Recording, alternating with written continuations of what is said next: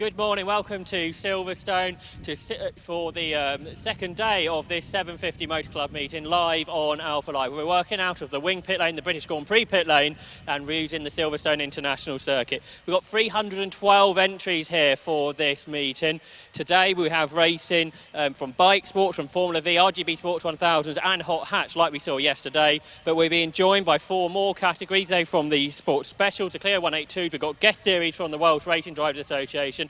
And we have two races from Classic Stock Hatch, one of the most affordable ways to go motor racing with the most affordable motorsport club. And one person who can speak a lot about this championship is Paul Thorpe. Paul, you're a former winner of this championship and a big proponent of the series too. Yes, I raced a few years ago. I raced from 2011 to 2016. I didn't do too bad, did I, Josh? I got a couple of wins, and actually my only win I got here was in an all-comers race, which was my first ever all-comers race, so I was pleased to win the class in that. But yes, I do support the championship 100%. I don't race a lot nowadays, but I'm so passionate about the class. I became the representative here for the class, and I'm trying to promote the class as best I can, because I do believe it is the most affordable and the most entertaining of all the classes out there.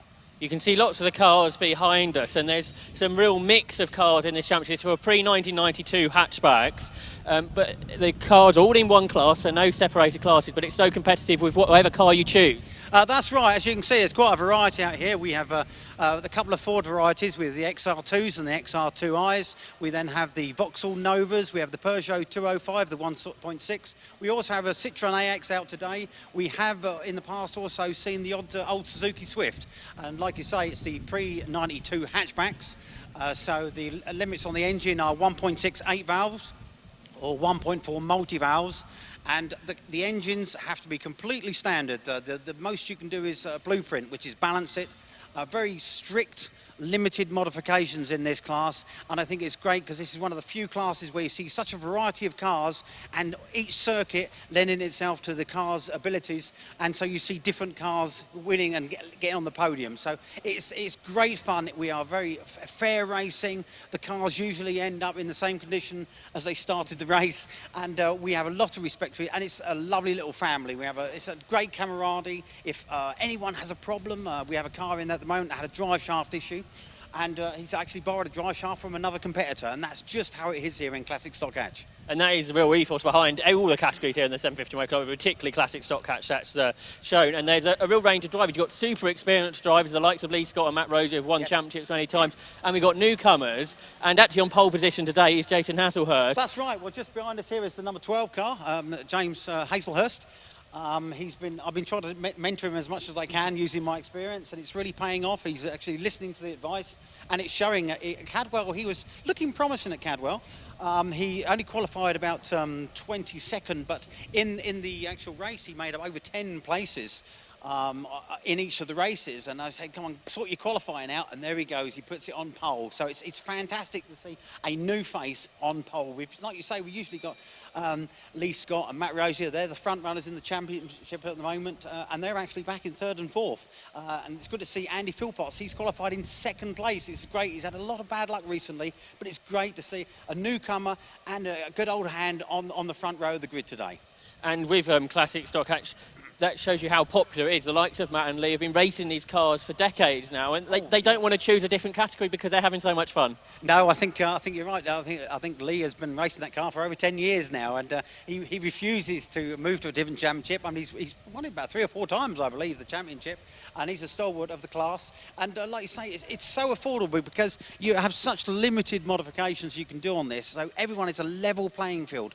Very strict minimum weights as well. They tinker around with the weights so that the cars will end up roughly in the same place at the end of the circuit. But I love the class. It's cheap, affordable, friendly, and we have nothing to prove here, so there's no banger racing like you see in British Touring Car. It's a great family experience we have here in Classic Stock Hatch, and I highly recommend the class. Well, and anybody, of course, watching the stream today, 750mc.co.uk, you can head there to the website to find out all about all the championships that are racing this weekend. And Classic Stock Hatch, a championship that's been racing with the 750 Motor Club almost since the beginning of these cars, because they run in what was originally just the Stock Hatch Championship before it became the Classic Series at the beginning of the decade, Paul. That's right, yeah, we used to run the post-92 hatchbacks as well. but become quite restrictive because after 92, obviously a lot of cars went to multi-valve, so there was only really the Citroen Saxo in the Stock Hatch A as it was then. I joined the championship in 2011, and they were concerned that the classic Stock Hatch B, which is what these cars were, they were racing together, and they were worried that the Bs might be taken out. But as it turns out, because of the limit of cars, I think, in the Stock Hatch A variety, I think they sort of died off, and because it was just the same car, that Saxo at the front. But I think this is the thing. You've got 4 main protagonist manufacturers here, all ending up on the podium at some point throughout the season, because all the circuits lend themselves differently to each car's abilities. I'm seeing Andrew Thorpe. He's on a little rapid AX. You've seen him yourself. He's very rapid out there. But he's struggling today because of the 2 long straights that we have here. He's only got a 1.4 multi-valve engine, so he's struggling a bit on the straights, so he's having to try and make it up on the corners. So you'll see the injection cars, mainly the 2Is and the Novas, should be near the front today. And all the cars, a lot of people can take it back to their childhood, and that's, I guess, why they want to race these cars. Well, obviously, yes, it does remind us of our childhood. This is why it's called the Classic Stock Hatch. They are rapidly becoming classic cars. It's still an affordable class, although the cars are becoming more difficult to get parts for. But it's a great competitive classic, and I think everyone should join it. It's a fantastic family that we have here. Okay, thanks, Paul. We look forward to the Classic Stock Hatch races later on. We've already got our first grid out, though. That is for the Bike Sports Championship. Your commentators today will be Ian Stoneman and Marcus Pye. But let's have a look what the Bike Sports Championship is all about.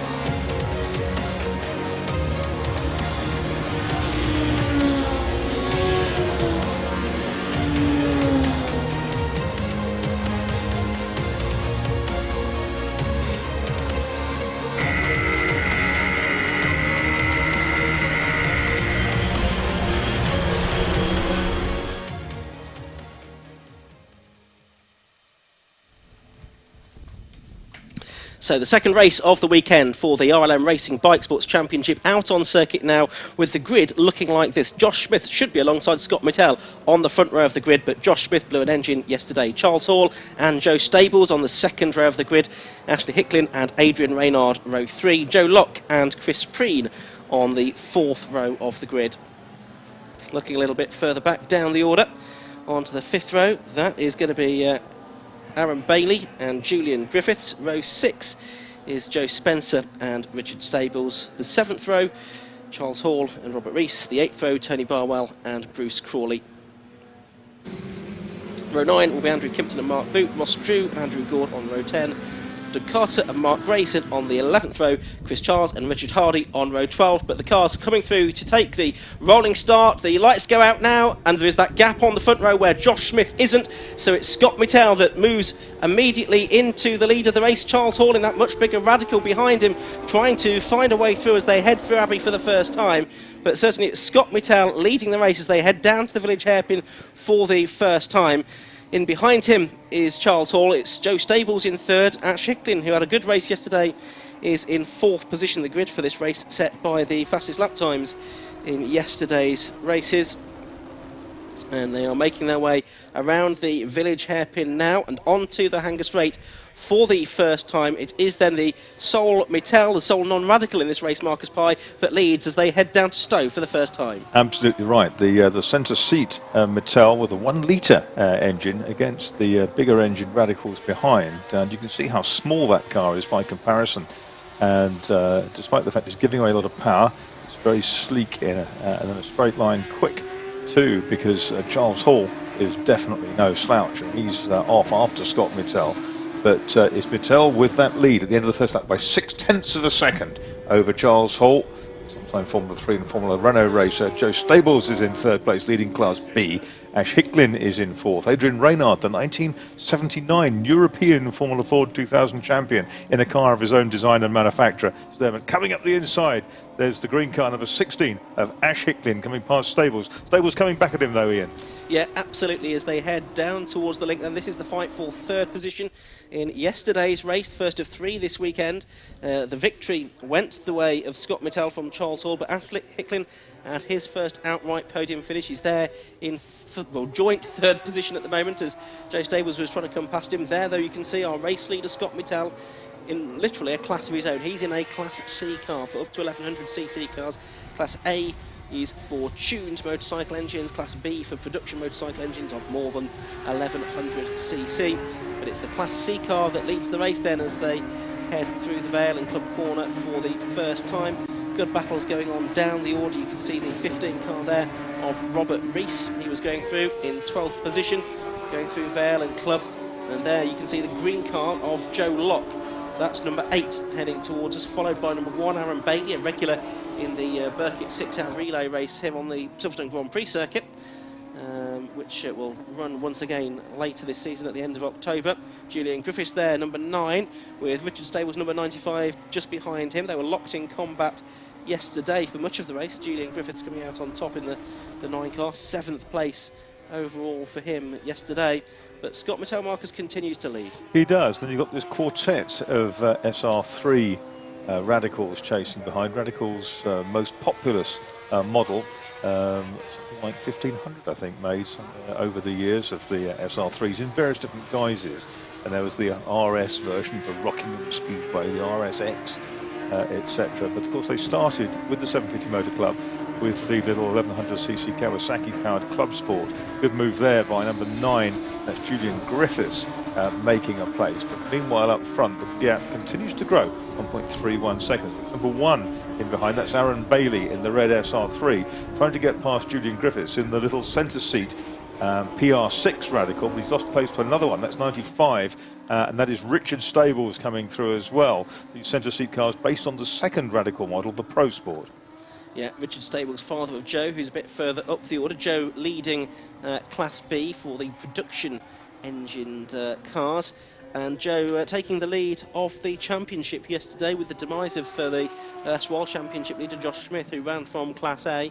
Both had very good records. Oh, and a spinner there. That is the number 60 car. That's Andrew Gord, one of our Class B drivers in his Radical SR3 RS. That is down at Village, I think, and he will get that going again, but will rejoin, I would think, right at the back of the field. 14 minutes to go in an 18-minute plus 1 lap race. Still Scott Mittell leading, but here we're watching Aaron Bailey, and he has got the 15 car of Robert Rees behind him. Yes, because Bailey lost the position to Stables on the previous lap. Meanwhile, it looks like Adrian Reynard now is dropping down the order. Yeah, yes, there broken. he is. His car's broken, Marcus. Yeah, it's a shame. Adrian Reynard, the locally based man originally, these days lives in France a lot of the time, but guy whose cars were sensational in Formula Ford, Formula 4 2000, Formula 3, into Formula 3000, championship winners in all, and then, of course, into Indy cars in the States. So there's the 39 car. That's John Paul Ivey, who's had fuel pump problems all weekend, instructor here at Silverstone, and he's making his way back up the order. He was going well yesterday, until he broke. And oh, well, there's Reynard, just pulled off for the golf-coloured car. But I think these days co-owned by Robert Singh, head of Magic Motorsport of yore.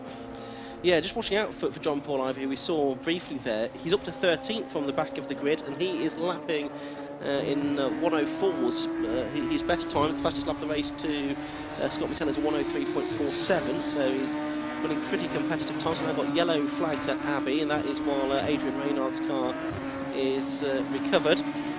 So it's Mittell leading by 1.86 seconds at the moment from Hicklin in Charles Hall in second place. Hicklin is third, a further 2 seconds behind him, and Joe Stables is about another 2.5 seconds behind him in the Class B leading car. Joe Locke had that engine problem. He had an engine rebuild on Friday night. Yeah. Courtesy of his build-up. Got it all sorted back together. New crank and rods, felt a bearing nip up in testing. So he's going well. It's the green car ahead of your screen. So cars heading down the hanger straight there, the number 1 car of Aaron Bailey. And then you can see confirmation on the screen now that John Paul Ivy is up into 11th position in that number 39 car.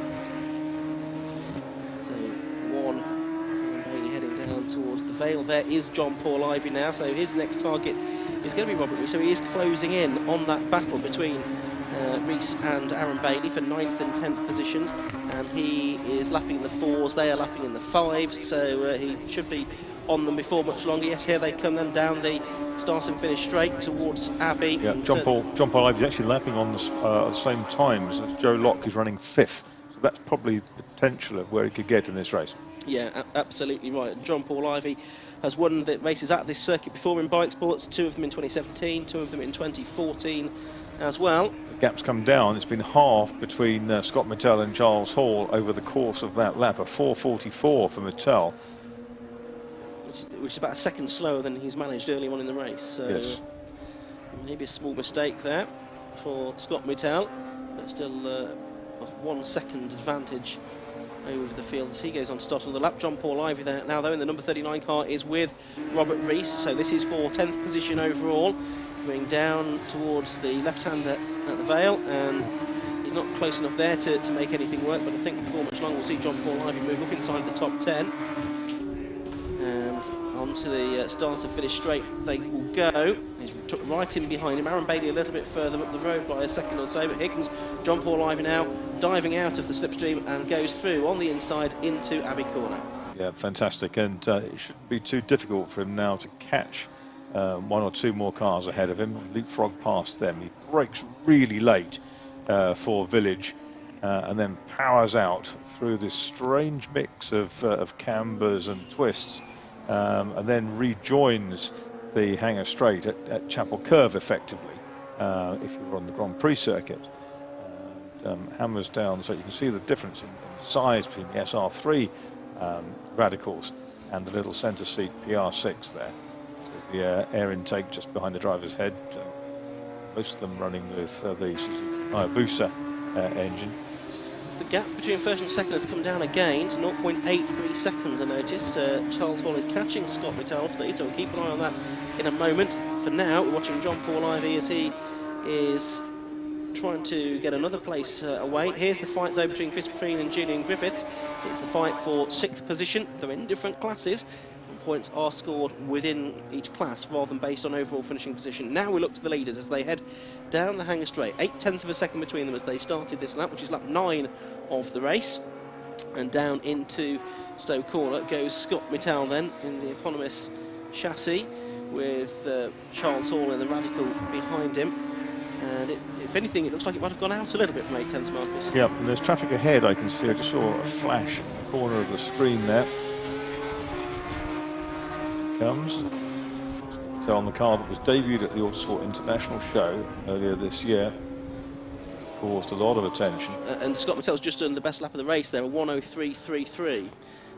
Charles Hall did his best lap, a 1:03.40 as well. So I think Scott Mittell has been given a bit of a wake-up call by Hall getting back onto his tail, but as you rightly say, Marcus, there is now traffic that they've got to deal with. They're about to catch that as they come back onto the hanger straight, which is probably not necessarily the worst place to catch it, because they should be able to get past relatively comfortably. Comes out very well out of the link, the Mittell car, and you can see he's already made his way past the first of those SR3s, and Charles Hall still sizing up the 21 car, which is Charles Adrian. The other car that they're lapping is 60 Andrew Gord, who had that spin earlier on.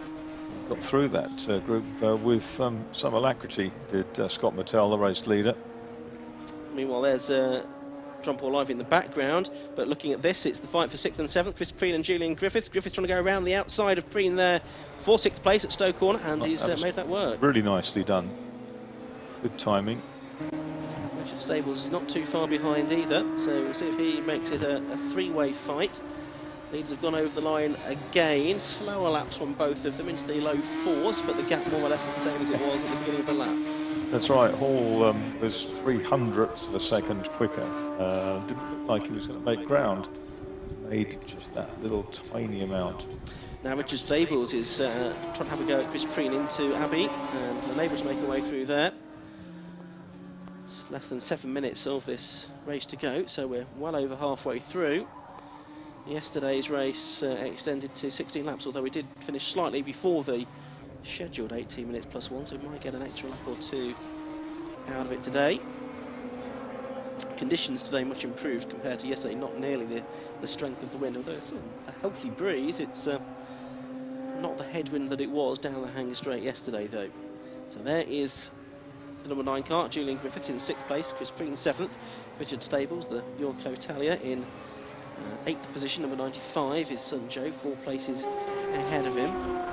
They do win within different classes as well. And there is Joe Stables talking of him, and he is going past some of these back markers now in the 98 car.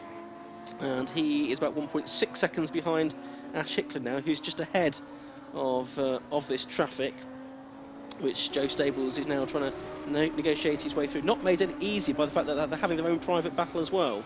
Exactly, and you've got to try to do your best for your for all the other competitors on the track. You've got to try and make safe passage through.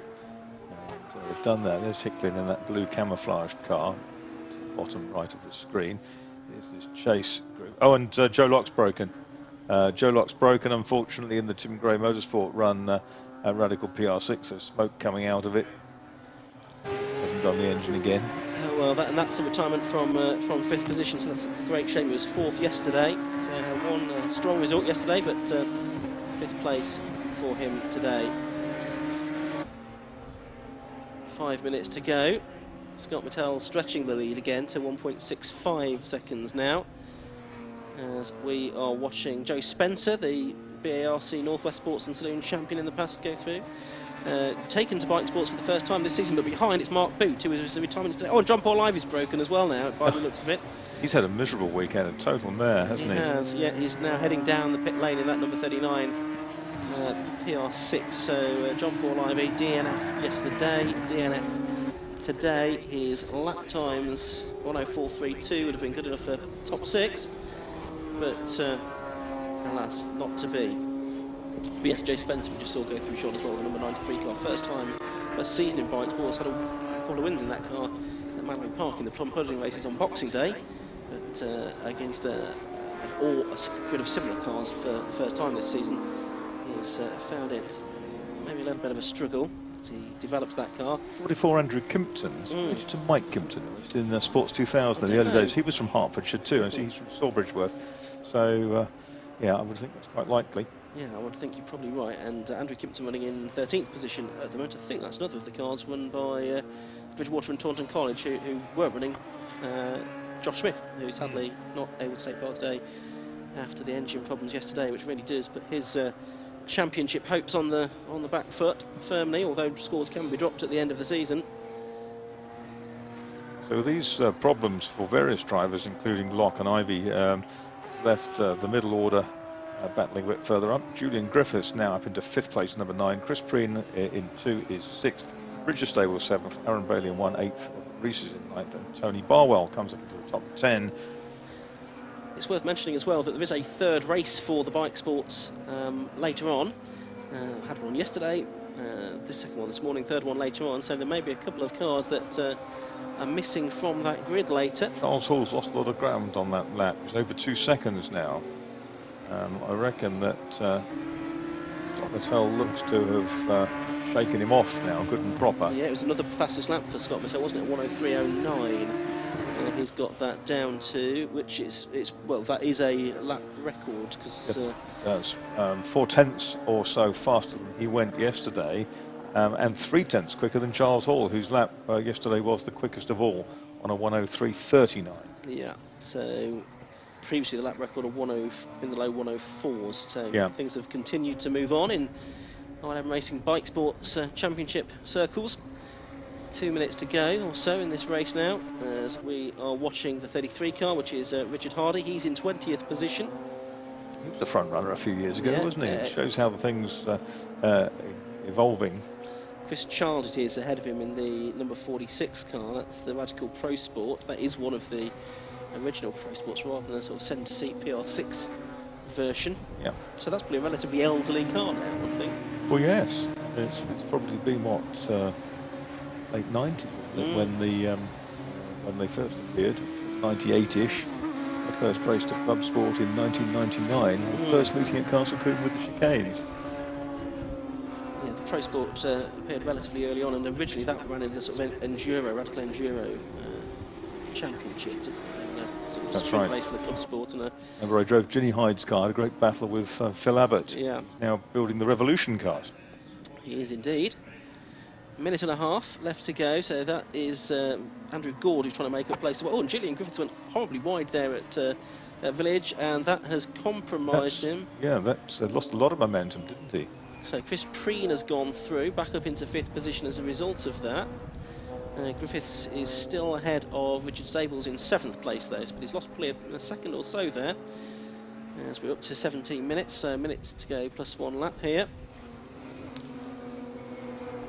There is Stables. Now he will try and get one more place away from Julian Griffiths before the end of this race. They are both in the same class, both Class A cars. Here's the race leader, Scott Mittell, just putting a lap on 44, Andrew Kimpton. So he's lapped everyone up to including 14th position now. Kimpton's in a winged SR4, which is interesting. So Mittell going on to what was probably his penultimate lap now, heading down, or will shortly be heading down the... Oh, he's heading down the hang straight. I couldn't see him there behind the Doug Carter car. I reckon that gap's coming down, Ian, between the leaders again. Yeah, 1.7 at the start of the lap. It was up over 2, wasn't it? So... Oh, but now Hall's behind, he's still stuck behind one of the lapped cars. And these lap cars now getting a bit more tricky to pass because they aren't quite as slow as the ones that they drop past.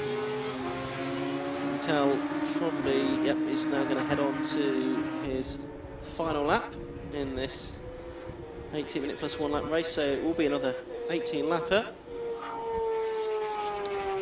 Sweeping through Abbey goes Scott Mittell, 2.1 seconds, so the gap has gone back out again with the effect of the traffic there delaying Charles Hall's pursuit. Hicklin still there in 3rd, he's about 10 seconds behind, but there is Charles Hall, number 77. It's a very nicely liveried SR3, but he's not going to catch Scott Mittell here, so having had the breakthrough win for the Mittell chassis, which has been developed further as the season has gone on by Scott and his dad Ian down there on the south coast.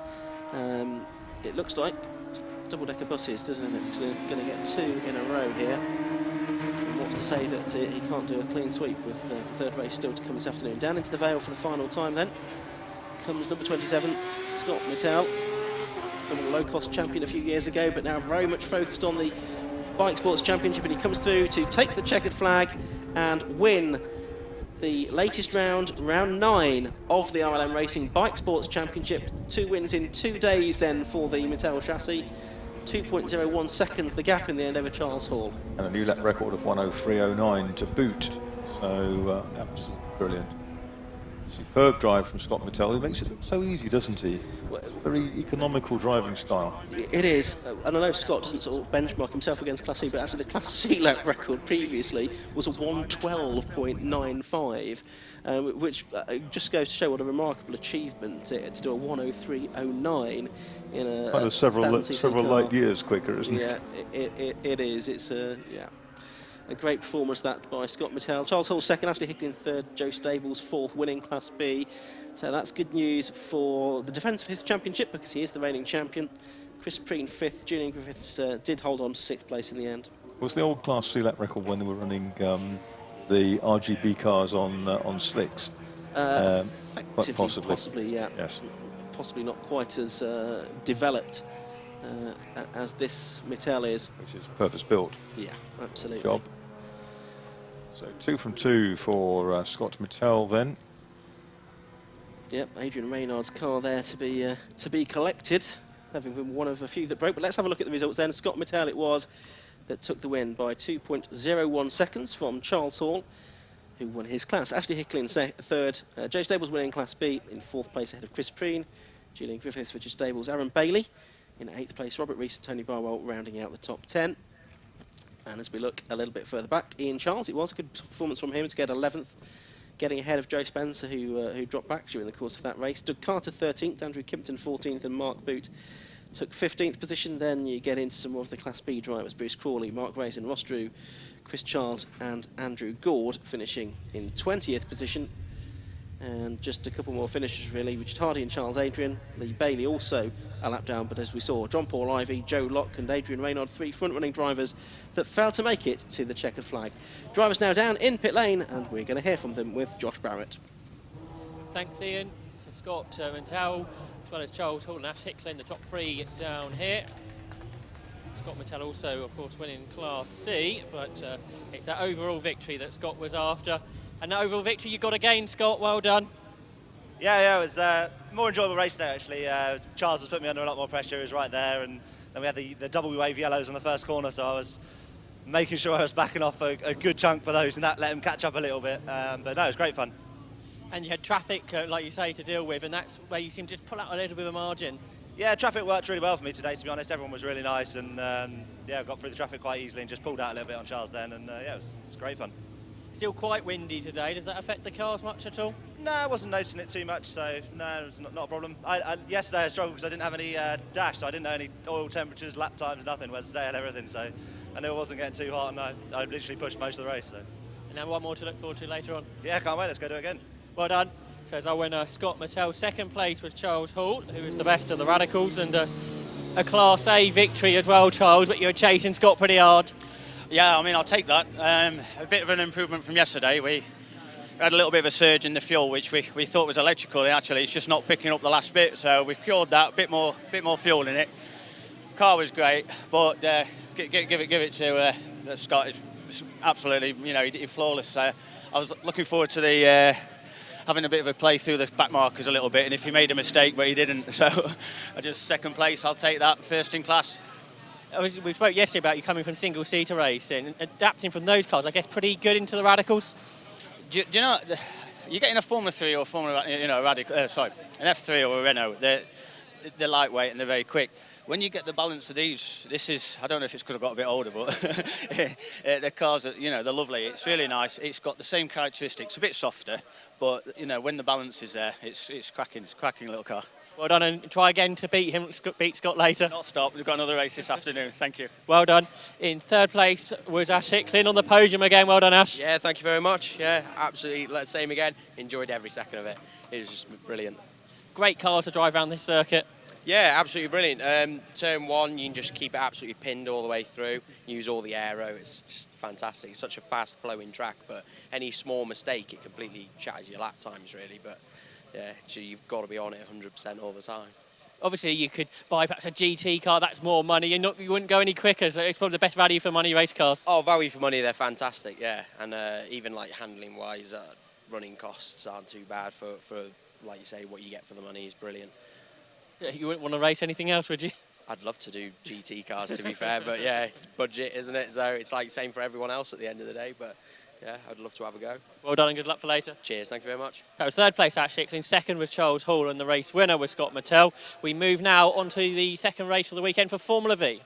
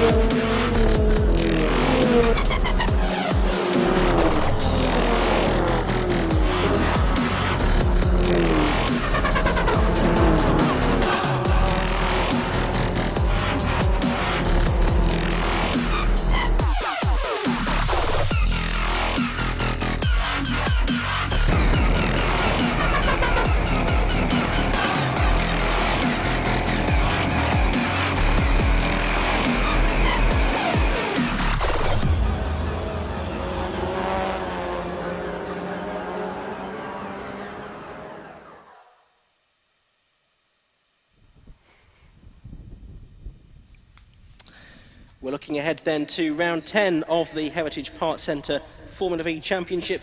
Yesterday in round 9, Graham Gant extended his lead in the championship. It's now up to 16 points over Ben Melody. Craig Pollard, who took third place yesterday behind Gant and Daniel Hans, he moved up into third position. Ian Jordan, who had, I think, gear selection problems in qualifying, then engine problems in the race that have necessitated an engine change. He had a relatively low finish yesterday in 13th position, and he's dropped down to fourth place in the championship. Daniel Hans, fifth, and Tim Probert, sixth, as we get towards the closing stages of the season for the Heritage Park Centre Formula V Championship.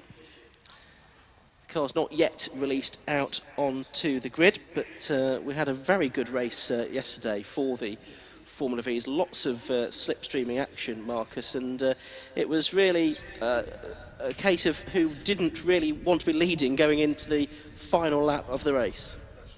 That's right, Ian. We had 5 running together in that group, and Craig Pollard, the reigning champion, Graham Gant, Ben Melody, and Danny Hans all managed to lead the race, and we had Gant and Hans leading for 3 laps each at different points, but right at the very end, Graham Gant made a really fine final lap, used that superb engine he has to his advantage, and the error of the car, error of the worm's eye view, really, really well, and it was Gant, Hans, Pollard, Hughes and Melody who crossed the line a second apart at the end of it. It was a superb, clean single-seater race.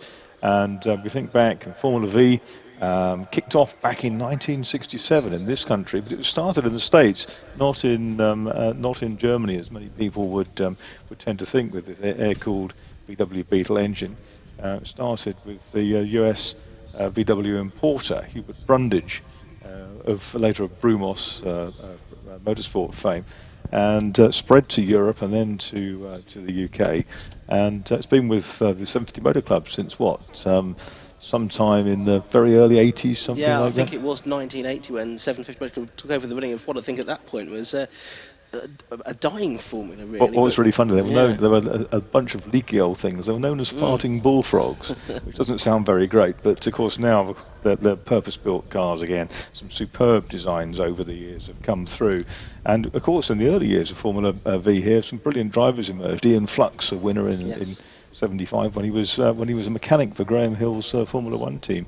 And of course Brian Henton, who famously won the championship, I've got to be in Formula One now, and of course he got there, which was a brilliant effort. These days none of these lads can get out there and say, you know, I can aspire to being in Formula One, because it isn't going to happen. But back in those days racing was very, very different, but the quality of racing in Formula V is as great as it's ever been. Absolutely right, really good action yesterday. The Silverstone International Circuit lends itself particularly well to the brand of slipstreaming racing that we saw. And although we've not had any drivers head into Formula One from V recently, of course we do have drivers that have made it into British Touring Car Championship in the shape of Ashley Sutton, who moved from V, and probably I didn't expect him to become a British Touring Car Champion at one point, but he did. Let's have a look at the grid now, because the cars are being released out onto the circuit. So it's Danny Hans that lines up on pole position for this one. The grid based on the second fastest times in qualifying yesterday, and Graham Gant, yesterday's winner, is alongside him. Craig Pollard, number 1, and Ben Melody, number 11, will be on the second row of the grid. John Hughes and Colin Gregory, who was a non-finisher yesterday, and I don't see his car in the queue out onto the grid, so it looks like he's going to be a non-starter. Number 72, a non-starter. Then row 4, Paul Taylor, number 77, he finished 7th yesterday, and Maurice Gloucester starts 8th, he finished 8th yesterday. Row 5, that's going to be Rick Lanier and Tim Probert, alongside one another, Alex Jones and Craig Bell, 11th and 12th on the grid in 33 and 99 respectively. Row 7 will be Jack Wilkinson, number 87 and 50, Steve-O, probably a little bit further back than he would have liked to have been in the AHS Dominator, and Ian Jordan after that engine change, if that's gone successfully. Number 4 lines up 15th, Andrew Cooper, number 41 in the AHS Van Gack, 16th. Charles Boniface is 17th on the grid. He has aspirations towards Le Mans. He's in car number 14. Christian Goller, 56, lines up 18th. Mark Egan in the Ray, he's in car 75. He lines up on the inside of row 10 next to Ed Lowndes. Peter Belsey inevitably will come up through the field. Yesterday he came through to finish 6th from a lowly grid position. He starts 21st in the Spider, number 51, alongside number 88, Francis Twyman. The 12th row will be Bill Stenning and Sam Engineer. On to the 13th row of the grid. That will be Bill Garner in the Shane. Elliot Mason in another Shane is alongside him. Then it's the GAC of Ian Ray and the Dominator of Neil Aldridge on the 14th row. Ivan Turner's Leastone has Vaughan Jones's Spider for company on row 15. Phil Waterhouse and Mike Oldknow make up the 16th row of the grid. And then just a little bit further back, we've got Peter Cowan, Richard Waddingham, Andrew Smith, who was in retirement yesterday, I'm afraid. Matt Topham and Sam Wallbank should round out the grid. How many Andrew Smiths do we have in racing now? Probably 7 or 8, I would think. Absolutely. It may be the most common name in racing. It's bad. What it's really bad is when you get 2 drivers with the same name on the same grid, isn't it? Or even 3 in some cases we've had, yeah. Oh, well, even more confusion reigns there then. So we have the cars heading round onto the grid now. It'll take a moment or two to get the cars lined up. But pole position is Danny Hands in the GAC, the 3-bridge campers entered machine, and he is a GAC with an Alan Harding prepared engine, which is new for this season. Danny in the blue car on the right hand side of shot, started racing in 2005. He was the Formula V champion in 2008, moved on to another category and did some Formula Ford racing around about 2010, and then took some time out before returning full time in the championship last season. And last year he finished 2nd in the championship behind Craig Pollard. Was hoping to go for the championship this year, but finds himself down in 5th in the points at the moment. It's got revised aero, hasn't it, the Danny Hands car, with a raised nose, which is quite interesting. Yeah, absolutely. So that's to cool his feet, maybe, like, gap in the nose. Maybe so. Next to him, we've got the Wev, the Worm's Eye View, number 3. Yesterday's winner, Graham Gant, bright yellow car, so that stands out nice and easily for us. And he's leading the championship. He's been a regular winner over the past few seasons, but hasn't necessarily done all the rounds in the championship. So that's meant that he's not really launched a sustained championship campaign. But this year looked like it could be the year with a 16-point lead over Ben Maludi at this point in time. Second row on the inside, you have the number 1 car, which is the reigning champion, Craig Pollard, in the Bears Motorsport Run GAC. Craig, an accountant from Suffolk, and he has been racing in Formula V for about 5 or 6 seasons now in a couple of different cars.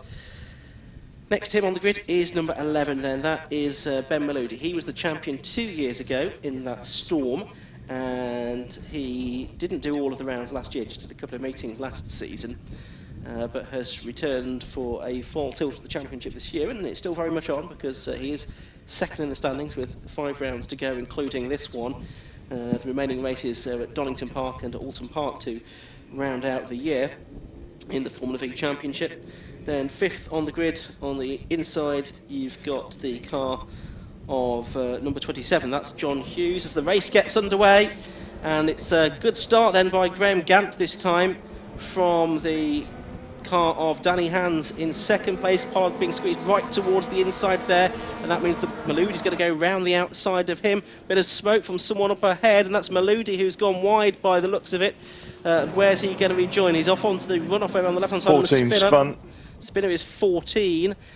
So back down the order, that's Charles Boniface in the AHS Challenger, and that car looks to be broken. Marshall's rushing out to try and recover it. Also, 99 spun. Craig Bell in the 99 has spun as well in that AHS Dominator. Looks like Charles Boniface has got his car going again, so the Marshals can run back through the gravel and back to their post with no disruption to the race. So it's Graham Gant with a good lead as they head down towards Stowe for the first time. Hands in 2nd. John Hughes is there in 3rd place.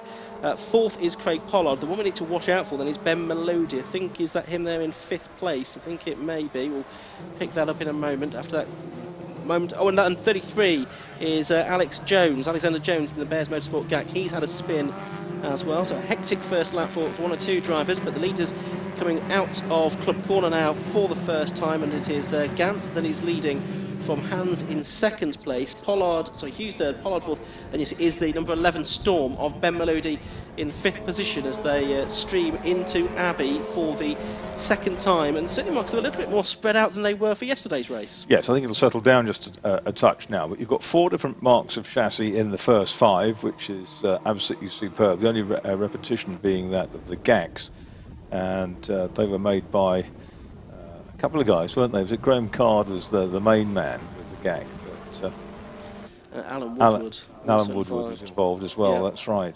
And here they come, and down the straight, and Danny Hans sitting in that slipstream. He's going to show his hand early in the race, but he comes down the outside. And the next 3, Pollard has worked his way to the head of the next group, but he goes around the outside into Stowe, and Graham Gant will be absolutely comfortable with that. They like racing. They race wheel to wheel. They're very comfortable in tight tussles. And Danny Hans, it is an immaculately liveried GAC. Maludi comes up inside John Hughes to snatch 4th at Vale as well. So Maludi and the Storm going well. I was going to say it was in the interests of Gant and Hans to work together to try and pull away, really. But as I said that, I saw that Pollard was already quite close onto the tail as well, so that ambition might not be realised. So end of lap 2, so you've got 2 for the lead, then a gap of about 0.8 of a second to Pollard in third place, so that will be caught up in the blink of an eye. Maurice Gloucester, number 94, it is in 6th. Peter Belzy from 21st already up into 7th position. We've got one car that has stopped there, and just trying to see. 64, is it? I think it's the 34 car, is it? Lewis Benson Smith, that one, but no, he didn't start the race, I beg your pardon. Not 34. Sam Warbank, I think. Yeah, okay, so here come the leaders down to the right-hander at Stowe once again. They are jockeying for position. They've left John Hughes. The first of all left John Hughes, and now it's Craig Pollard that's down the inside. It's Hans that sweeps around the outside, though, to retain the lead at the moment. Maludi got round Gant momentarily, but Gant, I think, maybe his nose ahead. Maludi outbreaks him, though, into Vale, so Gant suddenly finds himself 4th. It's a wholesale change, but again, it's early days. Looks like Alex Jones has been into the pits because he's just come back out again after his spin on first lap. There's Peter Belzy, number 51. Well, what a first 2 or 3 laps he's had. You can see the first 4 are now together because they're all following each other in a sort of snake across the track just to try and maximise that toe. It's Hans from Pollard now, Maludi and Gant and Hughes, who's just dropped a tad off the back of that group. As Pollard goes to the lead at Village, he goes down the inside but runs wide on the exit of the corner, clattering over the curbs there, but retains the lead from Hans for the moment. And yes, John Hughes still there. Oh, the Filari Tasso has gone round of Phil Waterhouse. That's at Abbey. Yeah, there's a 66 car spinning in front of our comment box, side by side for the lead, down the hanger straight. Hans on the right-hand side of your picture. On the left-hand side of your picture is the number 1 car of Craig Pollard. Having had a big moment there is the number 76, that's Ed Lowndes, I think, down in 20th position. We'll be a bit further down than that now. And also following him there is the number 15 car. And that is, just trying to see, or is it the 16 car of Ian Ray, I beg your pardon. But yeah, certainly a couple of cars off down there as we pick up the leads once again. And spots of rain, which might explain why we've got a couple of cars going off all of a sudden. There's the 83 car going through. That's Vaughan Jones in the Spider. At the back of the shot there you can see Christian Goller going through as well. Eludi's got through to 2nd, Hans is 3rd, Gant is 4th, and Hughes now more than a second behind Gant. It's an occasional racer these days, John Hughes.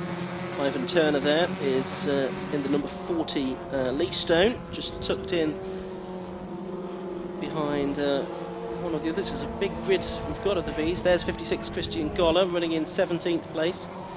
Yesterday achieved his aim of beating his buddy Jack Wilkinson, but Wilkinson much further up the road today. He's in 10th and Goller down in 17th at the moment, doing battle with Francis Twyman's number 18. And here comes Gant, round the outside of Hans and Pollard, but Maludi has still got his nose ahead down at Stowe. Here we go then down towards us at the left-hander. Look, all 5 are back together. Just a motor lock-up. There's a touch between Hans and Pollard. But so they keep going. Yeah, that was Hans's left front over the right rear of Pollard. He was momentarily airborne. It's dropped him back to 5th behind John Hughes, who comes back into the equation. So it is the 5 cars for the lead that we had yesterday, and it looks like there's no damage to either of those cars because of that. And indeed, it's Pollard that has come out not quite on top because he's behind Meludi, who had that big off through Farm on the first lap. Hans trying to go around the outside of Hughes at the hairpin there. Now these two probably were racing together on track back in 2008 when Hans won the championship, and both making a return really. Hughes, it's his first race back for a while. He's off now all over the grass at the exit of the link onto Hanger Straight there in the Spider. And Peter Belzy you can see in the background as well, just looking to see what lap times he's doing. His lap times are as good as any of those around him, although that last lap was... I think there was another touch there, and they've run wide, the leaders, as a result of that. Let's let Gant come through on the inside at the exit of Stowe. He leads in the yellow car. The Wev has its nose ahead. The lap times are about 3 seconds off their best, but not for Peter Belzy. He is gaining on this lead group, so might we have, before the end of this race, a 6-car lead fight with Peter Belzy from 21st joining in. There goes Craig Pollard, slingshotting past number 11 Ben Meludi. Then it's Hans in 4th. Hughes again running wide in 5th place, getting his money's worth and using as much of Silverstone as possible by the looks of it. Let's have a look at the gap between Hughes and Belzy this time. It's actually about the same as it was, just under 4 seconds that time, with Belzy not really making much more progress. Meludi trying to go around the outside of Pollard at Village this time. Danger there is that it leaves the door open for Danny Hans behind him, and it's not worked out for him. Pollard trying to cover the line down into the link. You see there, the track does dip away, doesn't it? Yes, the camber falls away, which makes it quite deceptive. There in the background is the green car, which is Peter Belzy up from 21st on the grid, and he's charging. Could see Andrew Smith involved in a battle for the minor places in the foreground of the shot there, but they're still jockeying for position in this battle for the lead of the race. Gant just getting away by a few car lengths though, isn't he now? And he is. These 4 really have to work together to get back on terms, otherwise they're going to gift the victory to Graham Gant, although having said that, he's now getting delayed by some back markers. Yeah, he's the first to hit them. It's number 19 that he had to negotiate at the exit of Vale. Over the line they come. The gap actually went out to 0.7 of a second between Gant and Meludi compared to the previous lap. Meludi 2nd, Pollard 3rd, Hans 4th, and 5th is John Hughes at the moment. 51 car of Peter Belzy made another half a second towards them that time around. He's just 5 seconds behind the leader at this point. That's a good effort from him as we watch the 16 car. That is the car of Ian Ray. The car that was on earlier was the 15 of Mike Oldknow, wasn't it? I was struggling to find that white car on my list. Oh, the problems for Meludi. Meludi's out of the race. Number 11, Ben Meludi, not quite sure how he got there, is out of the race. So the man that lies in 2nd position in the championship has the steering wheel off the car, and that's a big drama because he was in the battle for the lead as well. Is there anyone else that we've lost? Get the back corner as he climbed out. There's Craig Bell in the Dominator. Momentarily, there is Graham Gant, our race leader. He was about 7/10 ahead of Meludi, so it looks like Pollard now 2nd, Hughes 3rd, and Hans in 4th position. So Hughes has got ahead of Hans on this lap as well, possibly in the melee after Meludi went off or pulled off, whatever happened to him. So now 2 cars for the lead, really, separated by 0.7 of a second, then 2 cars for 3rd, with Belzy still in the background, trying to catch them by the looks of it and not really making any inroads on that lap. 2.5 minutes to go. Yesterday's race was an 11 lap, and we've had 8 laps so far today. We're now working lap 9. Pollard's car lock a brake from time to time, it appears so. Yeah, it's a car that's had a considerable amount of work done since Snetterton, wasn't it? Although it collided with the barriers, it did come home to get a finish in the 2nd of the races there. Bill Garner, number 10, you can see in shot. Just behind him is 88 Francis Twyman doing battle with the 56 car of Christian Goller, who's just done his personal best lap of the race. And Alex Jones back up to 17th, having had that pit visit. So he's had a good run back through the field by the looks of it. Yellow car there is the 88, which is Francis Twyman's. That's a Storm by the looks of it, isn't it? than that car with the dorsal fin, that adipose fin. Yeah, that's the Bell car, isn't it? Craig Bell, that's right. Yeah. So Goller and Twyman doing battle there. Eludi, I think, is on the inside of the link there. Yep, Goller trying to squeeze down, almost using the grass there to get past Francis Twyman. This is only for 15th place as well. It shows that every position matters, but they've got Alex Jones, who's going to try and sweep around the outside of, well, certainly Twyman, trying to go around the outside of both of them, but he goes far too deep into Stowe corner and actually loses a bit of ground. Yes, he's off over the curbs on the outside of the circuit, so Jones will have to try that one again. Side by side between Goller and Twyman as they go into Vale. Touch.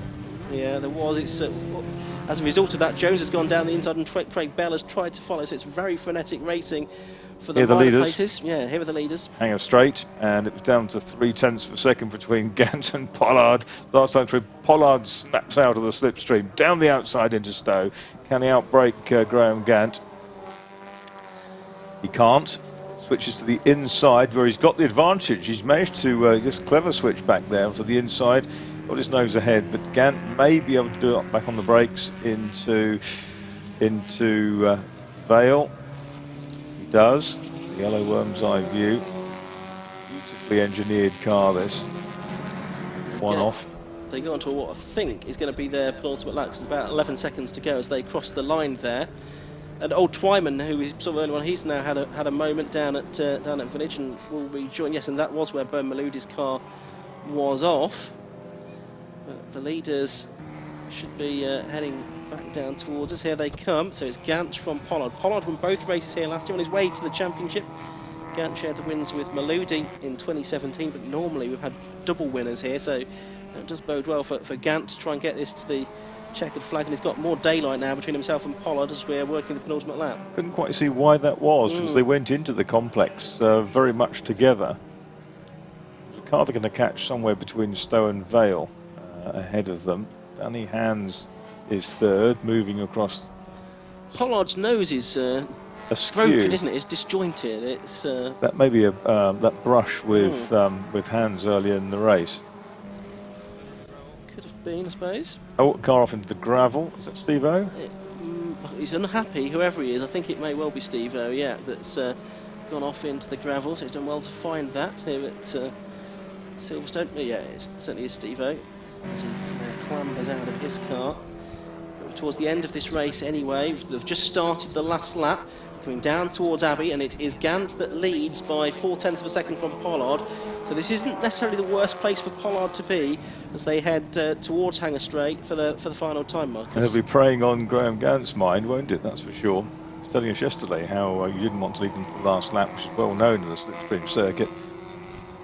He's used all the road and a bit more there. Number one, Craig Pollard, the defending champ. And there's a car which is going to perhaps impede their exit. There's a bit more smoke from Pollard's car again coming down onto the straight. Some bits of debris in the road just on the corner there. And Danny Hands is going to go through that debris between the two bits. But here the leaders coming down to Stowe. Yes, that nose very much disjointed now. And that's probably not helping matters, is it? As he tries to get through. There's very close to the back of Gant there as they head to the apex at Stowe corner, and they're side by side now. But Gant just has his nose in front. He's going to have the inside line for the Vale as well. The yellow web ahead of the mostly black GAC of Craig Pollard. It looks like Graham Gant is going to do this because there's not really an overtaking opportunity between here and the flag. So they make their way out of Club Corner onto the straight, and it is a victory. 2 in the weekend for Graham Gant, and he extends his lead in the Heritage Park Centre Formula V Championship still further. He's very pleased with that. Craig Pollard just having to give best by about 0.3 of a second in the end, and Danny Hands came third and John Hughes fourth, with Peter Belzy up to fifth. He got there relatively quickly, getting through the traffic, but then sort of plateaued. Maurice Gloucester, number 94, completing the top 6. Another spin for Francis Twyman, I think that was, in the background of the shot on this final lap for him as well. Tim Probert comes home 7th. Jack Wilkinson winning Class B for cars to a slightly different specification in 8th place. Rick Lanier across the line in 9th. You can see there the number 24 car just ahead of Mark Egan. There was only 17/100ths of a second between them. Andrew Cooper 11th. Elliot Mason across the line in 12th position, and then the rest of the field coming through. But another thriller, that one, Marcus, and Graham Gant, despite leading on to the final lap, still coming home with the win. Absolutely, and I think that the aero mods to the chasing car didn't help its speed down the hanger straight, but Craig Pollard did very, very well to traverse Stowe Corner inside the race leader. At that point, he was probably sunk because he wasn't going to be able to outbrake Gant into Vale. Let's have a look at the results then. Graham Gant it was that took the win by 0.3 of a second from Craig Pollard. About 4.5 seconds further back was Daniel Hands in third place. John Hughes fourth, just behind the leading group. Peter Belsey took fifth place, up from 21st on the grid. Maurice Gloucester, a distant sixth in number 94, ahead of Tim Probert. Further back, Andrew Cooper 11th. Elliot Mason second, I think, within the Class B. He took 12th place. So the winner of Class B having been Jack Wilkinson. Bill Garner 13th, Christian Goller 14th this time. Ed Lowsey had a moment on the way to 15th position. Alex Jones, good comeback from him, up to 17th after early dramas. Phil Waterhouse, the Ferrari Tata, also had a spin but got back to 20th. So too did Charles Boniface, he got back to 21st. And Francis Twyman had at least two on his way to 24th position. A few drivers a lap down, lapped before the end of the race, the likes of Andrew Smith, but at least he got to the end, unlike yesterday. And there the retirement, Steve O, Paul Taylor, Ben Maluda, Ian Jordan. Yes, we didn't really see much of Ian Jordan. The engine change clearly didn't work out for him, and he falls further back in the championship standings. Sam Wallbank also an early retirement in the number 64 car. So that's the Heritage Park Centre Formula V Championship. It continues at Donington Park next month. But for now, let's hear from our top three with Josh Barrett.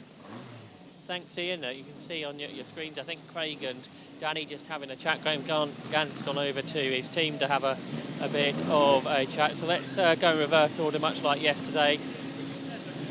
Danny, third place. Looked a pretty frantic race, particularly at the beginning. Yeah, I mean, it was doing all right, and then I got on a scrap with Ben, and he decided to pull off some really dangerous moves, which basically put me out. You know, we made contact. He went straight over the top of me, which meant I lost contact with the top two. So luckily, he didn't hurt either one of us. But yeah, bit of a nightmare. Looking now to the rest of the season, any tracks particularly you're looking forward to? I like Donington, I like Alton, so I'll be looking forward to both of them. Yeah, good luck for the rest of the year. Cheers. Yeah. Second place was Craig, and Craig, just looking at your bodywork then, I think that's probably what hampered you towards the end. Yeah, I think I tagged onto the back of Graham.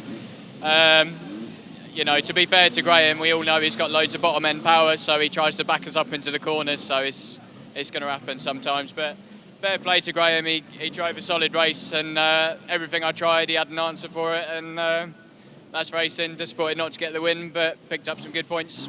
Well done, and good to see you back, sort of right up on the podium constantly now. No, it's good to be there, definitely. Well done. And Graham, race winner again. It was a great battle with Craig. Yeah, I was rather hoping the flag was going to come out a little bit earlier than it did. Yeah, it was great. Obviously dropped back to fourth, and then there was a bit of wheel banging going on, which I managed to avoid. And then it was just Craig and I in the end, and yeah, it was quite tricky because the toe again down the Hanger Straight was very powerful, and you know, it was just really lucky that he just met the back markers at the wrong time, and I just managed to hold him off, but the rear tyres went away and it got very difficult, so sliding around a lot. So he did a great job, nice clean race with us, so that's great. Yeah. Does it make it easier or harder just having one car to battle with rather than three or four? No question about that. I mean, the toe's much stronger when you've got three cars in a line, but as you would probably the TV show, there were 2 or 3 abreast into Stowe, and that's asking for trouble, and it gets a bit too close at times. But yeah, I've just kept out of trouble. So great win. Thanks to everyone who helps me. They do a great. Stuart, Paul, and Tony. They do a great job for me, and I couldn't do it without them. So it's fantastic. I know earlier in the year you were saying you weren't sure if you were going to do a full season. I take it you are. Well, things are looking possible now. Yeah, and Ben didn't have a good finish again, so that extends our points lead. So yeah, it's going to get tight. Those 4 races left. I'm going to be fixed into doing all the races now. I was hoping I wouldn't have to, but we're going to be at the last race, so yeah, it's going to be great. It's good. Really looking forward to it. Look forward to watching it as well. Well done to this weekend. It's a great advert for Formula V. So close, and 4 people, any one of us could have won. That's lucky again to be in the right place at the right time. And it's great to see the grid getting bigger again. 40 cars pretty much here this weekend. That's stunning, really. I mean, it's just, and we're oversubscribed for Donington, and I'm not sure about Alton, but certainly Donington. There's reserves as well, so that's great. That's fantastic. The cars are coming out, and it makes really good motor racing all the way through the grid. So that's what motorsport's about. Well done. Thank you very much. So Graham Gant, our race winner. Second place was Craig Pollard and third place was Danny Hand. So that ends the Formula V action here this weekend at Silverstone. But there's plenty more races to come. And next up, it's the RGB Sports 1000s.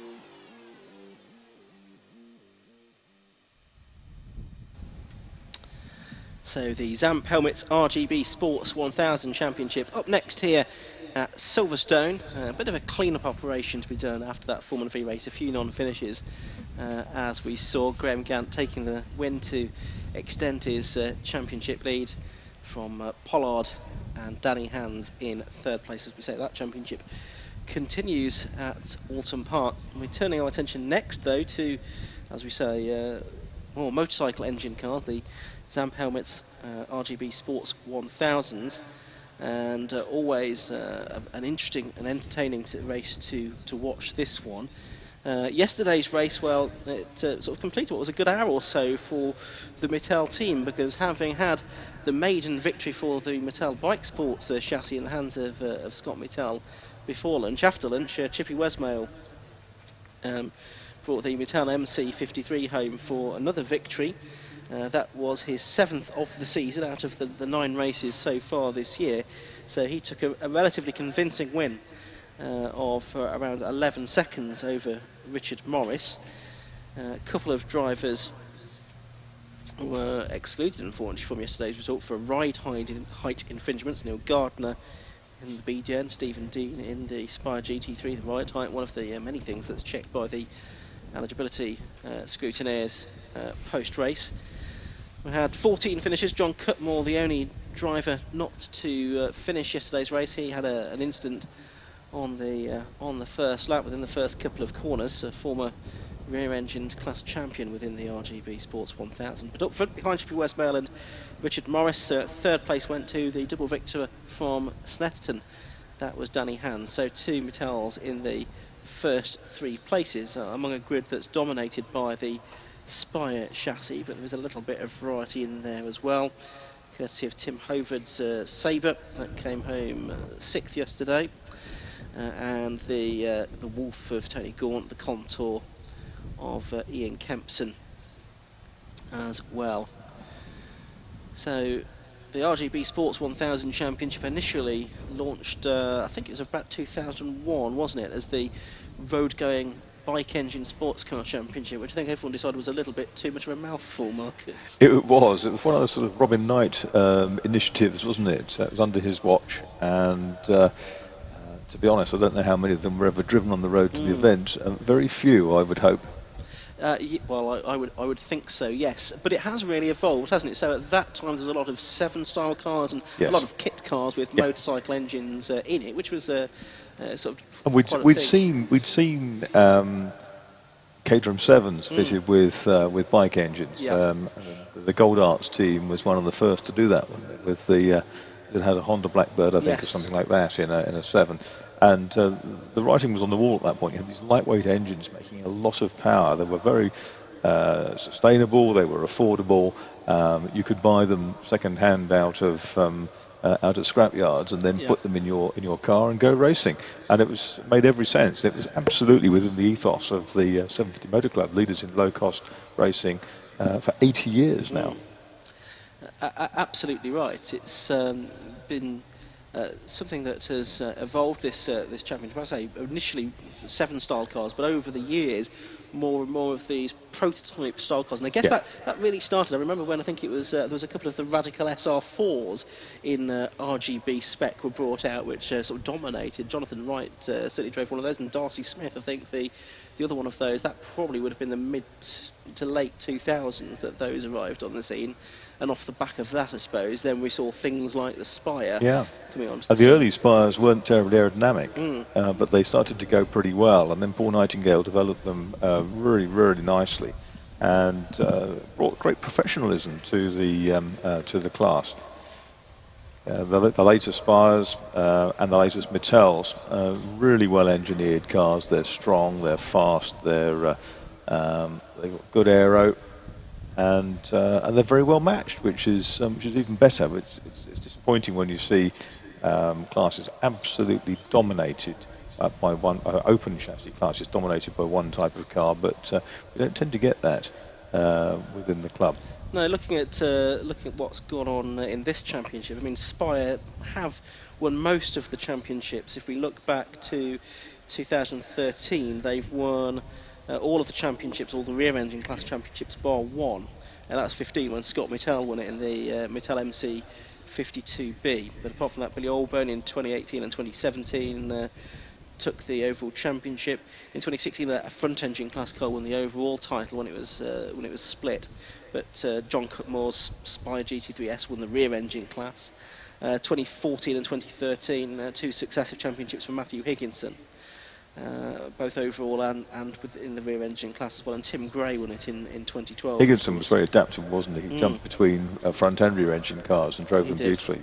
And he had 3 championships altogether, 13, 14 and 16, and he's racing Caterhams these days, I think, having had a stint elsewhere, but he won 3 titles, 2 of them in the Spire chassis. The leading exponent for Spire this season has been Richard Morris, certainly the man with the quickest pace in that car this year. He's 3rd in the championship. After yesterday's race, the gap has extended between the leader and the rest. So Chippy Westmore now on 250 points. Ryan Yarrow 202 in 2nd place. Another Spire GT3S driver, and Richard Morris in 3rd. He's not always had luck on his side though. He's had just the one non-finish, but a couple of other more lowly points finishes than he would have liked this season. Of course, Billy Allbone for the last couple of seasons has been the main Spire works driver, but he's moved on to other projects now. I think he's running a karting team is primarily what he's doing these days. And there's some drop scores to be taken into account, aren't there, at some point later in the day, which might close that gap a little. It will do. So we've got 14 rounds in total. 12 of those will count at the end of the season, so we'll drop 2 each. At this point, this is on the hoof mathematics. Chippy Westmore will drop 29 points. Ryan Yarrow will need to drop... Actually, he'll need to drop more than that, because he's finished every race. He's going to have to drop 42. By my reckoning, Richard Morris will have to drop not quite as many, 24. So it gets them slightly closer, but not all that much closer to Chippy Westmore, who, with a good look at a following wind, could wrap up the championship maybe a little bit early. The next meeting's at Donington Park next month, and there's a good chance he would be able to secure the championship there, I would think. He's been hugely impressive since that breakthrough win at this meeting last year, Ian. Yeah, absolutely. I mean, he's had pace right from the off. His first ever car race that he qualified for was at Donington Park last March, and amid heavy snow, he put the car on pole position for a rain that never happened, for a race even that never happened, because it continued to snow. And it was very icy at Donington Park that weekend, so the meeting was canned. But he was right there, and all through last season he showed the pace, but not necessarily the experience in race conditions to convert that, especially when up against the very experienced Billy Allbone, who's won not just the RGB Sports 1000 Championship, but also the 750 Formula Championship in the past as well. So he'd been winning kart races for donkey's years before that as well, despite his relatively tender years. Yes, indeed. So Chippy sort of has developed that racecraft as the season has gone on, and to be fair, he's had some other good competition last year as well, the likes of the multiple Formula V champion Paul Smith. He was involved last year and was involved at the start of this year, but I think it was an engine failure in the opening. Was it engine failure or a crash in the opening meeting of the season at Brands Hatch that has sort of ruled him out of any action for the season to date anyway. Not sure if we'll see Paul Smith back out again before the season is out. But yeah, Westmail certainly had some good quality drivers to learn from and to race against. Smith was in one of the Mattels as well. Two of them on the grid this weekend. One for Chippy, of course. One for Danny Andrew. So he was the double victor at Snetterton last time out. Third place finish for him in yesterday's race in the Mattel MC53. Driver with considerable experience racing with the 750 Motor Club. Low cost for many years. He was the champion on one occasion about 3 years ago, and he then has switched into RGB Sports 1000 for the last 2 or 3 seasons and has been on the pace, not necessarily always had the results to show for it though, unfortunately for him. Another feature of the Zamp Helmets RGB Sports 1000 Championship is what is known as the Sporting Cup, and this is to incentivise those drivers who might not be challenging for overall wins and podium finishes, in that effectively it's the same championship point system for drivers 4th and downwards, and Colin Chapman was leading that coming into this weekend, and yesterday he finished 8th, having had a spin on the opening lap. But we've now got the cars coming out onto the circuit at last after a bit of a delay, so let's take you through the grid for this race. Pole position will go to Chippy Westmail. This is based on second fastest qualifying times from yesterday. He's in number 29, and alongside him will be number 11, that's Richard Morris. Second row of the grid will have number 27, Danny Andrew, and 1, John Cutmore, if he's there. He was, as I said, non-finisher in yesterday's race. Third row, number 20, James Walker, and number 54, Ryan Yarrow. James Walker pleased with his performance yesterday. It was his best ever qualifying performance, and a good 4th place finish for him yesterday as well. Stephen Dean and Tim Hovard on row 4 of the grid, 34 Dean and 50 Hovard. The 5th row on the inside will be Colin Spicer, number 31, Colin Chapman next to him, hoping not to have the same kind of race he did yesterday where he had to pick back through the field. That's number 63. Jonathan McGill, number 72, and Tom Johnston, 87. Line up on row 6 ahead of Tony Gaunt in the Wolf. Carl Austin, his first meeting in the category, 49 and 44. Row 8, 36 and 5, Ian Kempson and David Watson in the only front-engined car on the grid, and Neil Gardner, number 88, rounds off what should be, if they're all there, 17 starters for this 18-minute plus 1 lap race for the Zamp Helmets RGB Sports 1000 Championship. They're heading round to the grid. Is Chippy Westmail in that Mattel that looks really good. There's Richard Morris, who will be hoping to make a good start. That has not been a feature of his racing so far this season, I'm afraid to say.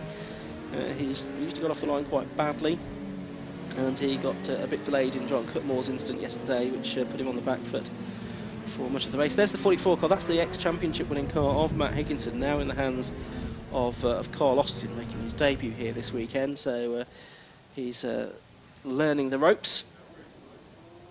Here come the cars onto the grid then. 29, Chippy Westmail lines up in the yellow grid boxes, side by side grid of course, and then number 11, Richard Morris, his car sporting the Racing Pride stickers as well, just on the just above the number 11, so you can't really see it from that angle. 27, Danny Andrew in the blue Mattel, and then it's the white, the number 1 John Cutmore car. So that is out there. That's good to see. So we've got 3 cars with essentially the same livery, which is not necessarily good news for commentators, because right behind him is the 54 car of Ryan Yarrow. I should think that John Cutmore is on a mission today, isn't he? Having had to sit out today, frustratingly yesterday. Yes. After an early demise. Yeah, he's Suffolk builder. Absolutely, he's making actually his first appearance of the season as well, I think, this weekend, not doing all of the rounds. I think he, along with Dave Watson, racing another of Paul Nightingale's creations in CSCC. One of their sevens, yeah. That's currently being redesigned, isn't it? Mm. It seems to be a little quick. Yes. And now it looks like there's a gap there next to Tim Hovard, so that is where Stephen Dean should have been. And he was one of the drivers disqualified from today, so we look for a right-height infringement. So maybe something to do with that. The race gets underway. Again, not a brilliant start from Richard Morris, and that might allow John Cutmore to get alongside him into Abbey for the first time. Yes, he does, but he does hold on to 3rd place by the looks of it. It's Chippy Wesmail that's leading. Danny Andrew in the second of the Mattels looking to sweep round the farm curve, which he does. He gets ahead of Morris, who might also lose out to Ryan Yarrow there, and that is a spin for Yarrow. Side-to-side contact, wasn't it, between those two? And Yarrow has had a quick spin, quickly rejoins. I don't think he's even gone right to the back of the pack. Through the link they come for the first time. It's not quite to the back, he's 1 from the back at the moment. All of which gives Chippy Wesmail a pretty handy lead. As for 2nd place, we have the challenge. Danny Andrew through on the inside at Stoke Corner, ahead of John Cutmore now. There you can see the 54 car of Ryan Yarrow as he tries to recover. And we're looking at the 49 Wolf of Tony Gaunt, one of the sort of non-Spires and non-Mattels on the grid. So it's Mattels 1 and 2 for the moment. As Colin Chapman goes through, not having spun yet, he'll be pleased to note. And the rest of the field filing through the Vale as they come through to end lap 1. And it's Chippy Wesmail leading by nearly a second and a half at the end of the first lap. Danny Andrews 2nd, 3rd is John Cutmore, 4th is Richard Morris. Gap back to the 5th place Colin Chapman, so he's moved up 5 places from his grid position. James Walker has gone down to 6th, Tim Hovard 7th, Jonathan McGill 8th, Tom Johnson 9th, and Ian Kempson in the contour rounds off the top 10. Yeah, Yarrow's 11th now in 54. Still a lot of work to do to maintain his championship challenge, and it's going to be a bridge too far today, I fear. Hovard getting ahead of James Walker there and up into 6th position as they come back onto the Hanger Straight. So there we are. You can see the race leader and the gap that he's got over Danny Andrew. The 2 Spires, 3rd and 4th, not desperately close to one another at the moment. You've got Cutmore with the red tape, I think, running his roll of a hoop. Richard Morris behind him did not have that. James Walker trying to get a place back on Tim Hovard here. 6th position this will be, behind Colin Chapman as they dive down towards us at the Vale. And it's a nice little battle between these 3 leaders already onto the start and finish straight though. So 63 Colin Chapman, who's been racing in RGB almost since it started for quite a long time. RGB Sports 1000 was known as RGB before, as has Tim Hovard. He's been racing in it for quite some time now. Both of them actually are board directors of the 750 Motor Club. Hovard trying to get 5th place away from Chapman here. They do find themselves racing against each other quite a lot. It's been a bit of a feature, hasn't it, for several years now. Those 2, Hovard and Chapman, having a good tussle. Yarrow up to 9th in the 54 car, incidentally. Yes, so another 2 places made that lap, and there he is, you can see in the background there. So that is the, let's see which car that's behind him now. It's the Tom Johnston car, so he's made up another place on this lap already. So they go 3 wide into Stoke Corner. Who's going to come out in front? And there's contact, and that's James Walker that's gone spinning around. And you can see damage to the right rear of that car. That was Walker tried to go across in front of Chapman. Chapman's damaged as well by the looks of it somehow, because there's a bit of smoke coming off that car. Yes, his nose has taken a tagging, and you can see it's all flapping at the back of the front wheel arch on the left. Yeah, and here they go. It's side by side for 3rd position into Abbey. Can Richard Morris find a way through? No, John Cutmore denies him the opportunity to go through there and into 3rd place. Intention was there, well signalled. It certainly was. I don't think John Cutmore will make it easy, especially after the frustration of non-finishing yesterday. Turning their way through towards the link. So number 1, John Cutmore, and number 11, Richard Morris, making their way onto the hang straight. Ryan Yarrow there is in 7th place now. And that's because, of course, we lost James Walker on that last lap. I think he did not come through in the end, James Walker, so he has retired from the race, I'm afraid to say. Still, as they go through Stowe that time, you've got Morris trying to find a way past Cutmore. Cutmore still ahead. Morris looking to the outside as they go into the left-hander at the Vale. Still, it's the number 1 car ahead. There are the 2 leaders, the 2 Mattels, and then you've got the 2 Spires, 3rd and 4th. A bit more orange on Morris's car behind Cutmore.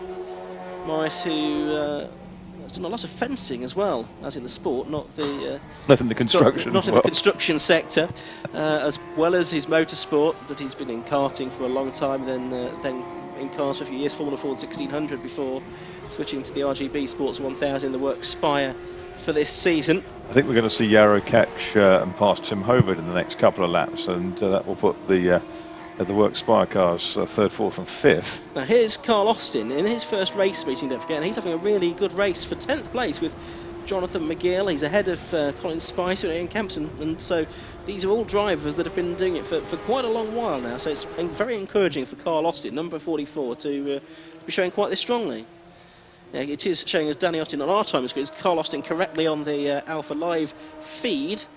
I think it's one of these where he's probably known as Carl, although his first name might be Danny. He's going down the inside of the number 72 car of Jonathan McGill into Stowe Corner, and that will be for 10th place, so nicely done.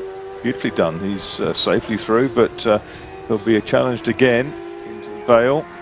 Yeah, he's put himself onto the outside line there. He's kept it though. He's done well. So nicely done by Carl Austin, and he makes his way onto the start and finish straight. Meanwhile, it's still Cutmore ahead of Morris a bit further up the road. Oh, running very wide there in the background, Colin Spicer, and he in the number 31 car behind Ian Kempson's number 36 Contour.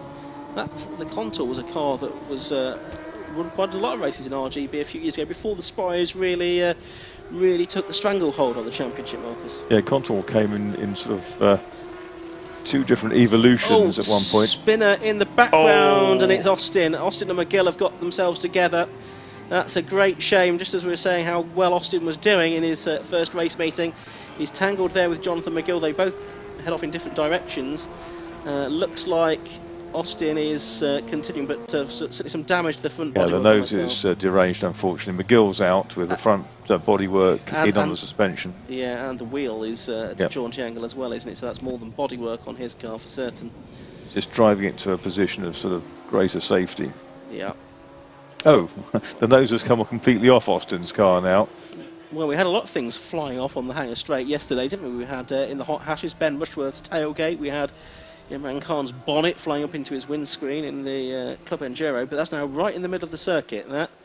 Some of this commotion has brought the lead down between Wes Mail and Andrew to 1.8 seconds. Here comes Austin now with an open cockpit version of. Oh, and 54 has gone round. That's Yarrow. Well, we're saying he was on the. Well, he'd got ahead of Tim Hovard actually, hadn't he, on the screens, and he looks like he's thrown it away again.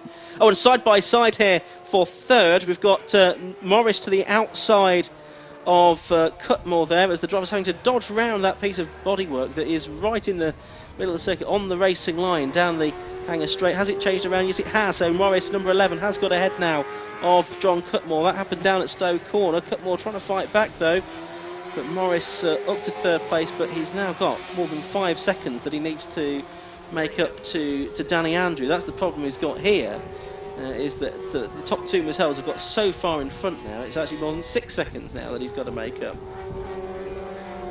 So that's not going to happen. We've still got 9.5 minutes to go, plus 1 lap in this race, but barring problems for one of the 2 leaders, I don't see Morris improving on 3rd place here, because he's just got such a lot of time to make up. Having said that, he usually does come on strongly in the second part of a race, so that's the thing he'll be clinging on to here. But it's taken him rather longer to get past John Cutmore than he would have liked. Yeah, Yarrow's back behind Chapman. He'll probably dispose of Chapman because Chapman's car's damaged, as we know.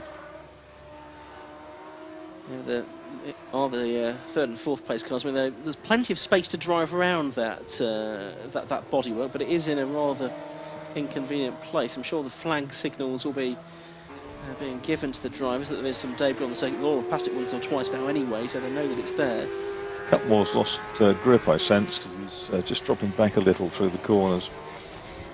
Yeah, of course these cars do run on treaded tyres, they're not on slick tyres or anything like that. So they are pretty durable Yokohama tyres that they run on, but grip levels will change during the course of the race. 29 Chippy Wesmell continues to lead then in his second season of racing in the Zamp Helmets RGB Sports 1000 Championship. He's heading down to Village once more, goes round the hairpin. And the marshals have found a gap in the traffic to move that bodywork away. So that's excellent work by the marshals. Probably found that a bit more heavy than they realised once they got to it. But that's Wesmell now leading from the 27 car of Danny Andrew in second place. Morris third, Cutmore fourth, Tim Hovard fifth, Ryan Yarrow back to sixth, back ahead of Colin Chapman then. He's got 7 seconds to make up though to catch Hovard this time. Tom Johnson is 8th in the 8-7 car, Teddy Gaunt 9th, and Colin Spicer completing the top 10. The ones that we've lost so far: James Walker number 20, Jonathan McGill number 72, and Carl Austin number 44. 7.5 minutes left to go. Wesmell and Andrew separated by about 2.7 seconds. Wesmell's best up a 109.82. Andrew's a 1993. That's a few tenths faster than yesterday, which is unsurprising. Wesmell uses a lot of the curb turning into Abbey, I noticed, and really maximises the speed he can carry through the apex of the corner. And one coming in, that's Yarrow. Well, he's had 2 spins and now going into retirement, I'm afraid. And that, of course, is the man that's lying second in the championship. So that's, well, a bit more daylight between Chippy Wesmell and the rest, assuming Chippy Wesmell's able to bring this home. Richard Morris will only second. Only a 1 point to drop. Yes, indeed. That's a good point. He'll have now a non-finish and therefore a lower score to drop compared to what he had before. So 29 car of Wesmell going through. Almost wonder whether they've been pragmatic and called him in and thought, hold on a sec, you were dropping 42 points prior to this. You're slipping away. But yeah, what's the point in putting more sort of pressure on the car if it is broken? Of course, there are still 4 more meetings to go, and of course what that does mean is you can't afford too many more non-finishes. So if that is the strategy, it would be a risky one. 6 minutes left. 29. Wesmell leading. There is, there he is. He's just coming up to lap. I think that's the 88 car of Neil Gardner in the BDN. The BDN, another car that won championships, didn't it, in the past? Derek Jones in 2008 winning in the BDN S2. So he was very much a front runner for a while. Yeah, it's 2006. Jonathan Wright won in a Radical SR4, which was the first time it's. Oh, no, it wasn't 2004. Actually, Tim Harmon, the Genesis, won it, which was also a rear-engine car, wasn't it? 27, Andrew there, so he's got the traffic to deal with as well. The Gardner car was one of the couple that fell foul of those ride height infringements yesterday, wasn't it? Yeah, absolutely. Yes, there's a minimum ride height that all of the cars must be able to clear. Effectively clear a block that they have to drive over to confirm that they're not contravening the ride height. Now, there's a bit of smoke coming from one of those 2 cars. That could still be the bodywork rubbing on the tyre on Chapman's car, couldn't it, actually? After the earlier brush with yes, it's James still Walker. dislodged and it's just rubbing on the edge of that yoke. Yeah, so that's Chapman there. So he's battling now with Johnston for 6th and 7th positions. Chapman is lapping the 113s, Johnston in the 12th. So Johnston actually the quicker of these 2 drivers here. He's the less experienced driver in the number 87 Spire GT3. So the 2 Spires together here. Chapman with the sort of checkerboard design on the front of his car. Swedish checkerboard. Yeah. And actually similar colour theme on the car behind of Johnson, isn't it? The blues and the yellows. It's mainly at the exit of the link where the smoke comes out of Chapman's car, but it is, as you say, just bodywork rubbing in. And out of the slipstream pops Tom Johnston in the 87 car, trying to seize 6th place down the hangar straight. He's going to make it. Chapman doesn't put up a fight because there is no point. No, so yesterday's race started with a spin. Well, actually, it might come back here on the... no, he can't. It's still Johnson. Yeah, yesterday's race started with a spin for Chapman, but then he climbed back through the order to come home in 8th position. This race goes the other way. Gap's come down dramatically. He's been halved in the last lap by Danny Andrew. It was a slow lap from Wesmore, wasn't it? A 12.22 that time. Now, whether we had traffic, I'm not sure. Quite possible. We're watching Johnston and Chapman coming over the line, and now Danny Andrews got a warning for track limits infringements. One would suspect that is. Drivers have to keep within the white lines or the painted curbs. Oh, that looks a bit threatening, doesn't it? Now over Silverstone. Andrew's best lap is only what 1300ths of a second slower than Wesmail's, but that's a one-off. Yeah. Just looking to see, Morris has made a little bit of progress towards the two Mattels, but he's still about 8 seconds behind the leaders. 1.1 seconds now. Danny Andrews just his personal best and the best lap of the race, 109.63. So he really is fired up by the looks of it now, in the lead of the race. So we'll try and keep an eye on that with 2.5 minutes plus a lap left to go here. 87. Tom Johnson there in 6th. Well clear now of Chapman, number 63, in 7th, who in turn has a good gap in hand over Tony Gaunt, number 49 in the Wolf, in 8th. I seem to remember that car is constructed in a sort of single garage at home or something. It's Derbyshire somewhere. Derbyshire, yeah. And it's had various dramas, that car over the years. And it's still Tony and his missus who run the car, which is absolutely brilliant. 27 Andrew chasing after 29 Wesmail then, with only 2 or 3 laps to go here, and that gap has continued to fall, Marcus. I wonder whether Chip has just used a little bit more of his tyres than he thought. Johnston's had a spin out of 6th place, having worked so hard to get ahead of Colin Chapman. He's now lost several places again by the looks of it. He will continue. He's done it again. That's not a replay. That is another spin for Tom Johnson, twice in the space of 2 corners. Oh dear.